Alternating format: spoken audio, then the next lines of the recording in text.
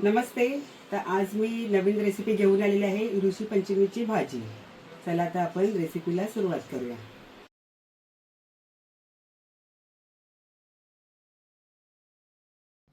आता मी सगळ्या प्रकारच्या भाज्या घेतलेल्या आहेत. भाज्यांची नावं सांगते तुम्हाला. अळूची भाजी, अळूचे हेड, लाल मटाचे हेड, अरबी, कच्चे केळी, रताळे, भेंडी, तोंडली, सुरण, भोपळा, मिरची, कोकम, ओला खोबरे, मीठ, शेंगदाणे आणि उकळलेला मका. तर आता आपण रेसिपीला सुरुवात करूया. पहिले घेतले कढई, त्यामध्ये 1 ग्लास पाणी टाकलेलं आहे. त्यामध्ये मी सगळ्या भाज्या टाकलेल्या आहेत पूर्णपणे.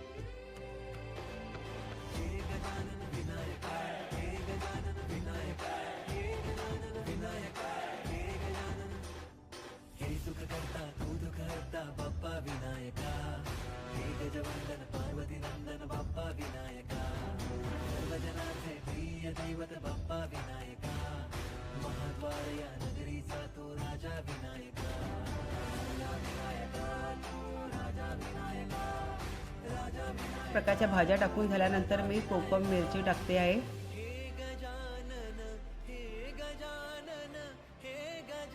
आणि मीठ टाकते त्यामध्ये. तुमच्या चवीनुसार मीठ टाका तुम्ही. त्यानंतर मी खोबरं टाकून घेते आणि परत 1 ग्लास पाणी टाकते आणि ते आपण 20 मिनिटं झाकून ठेवूया त्याला. आणि आता हे बघा, माझी ही भाजी तयार झालेली आहे.